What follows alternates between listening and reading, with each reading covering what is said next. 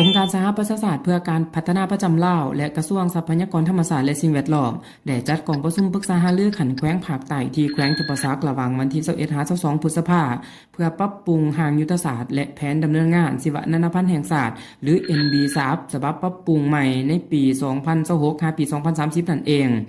กองประชุมครั้งนี้มีผู้เข้าร่วมจากภาคส่วนที่เกี่ยวของขันศูนย์กลางและ4แขวงภาคใต้ซึ่งได้ซุ้มใส่ปรึกษาหารือเกี่ยวกับปุริมสิทธิ์และปัญหาที่ผลเด่นเกี่ยวกับชีวนานาพันธุ์เพื่อเป็นแนวทางในการจัดตั้งปฏิบัติบรรดากิจกรรมที่นอนอยู่ใน23ขาดหมายของลาวโดยเฉพาะภาคใต้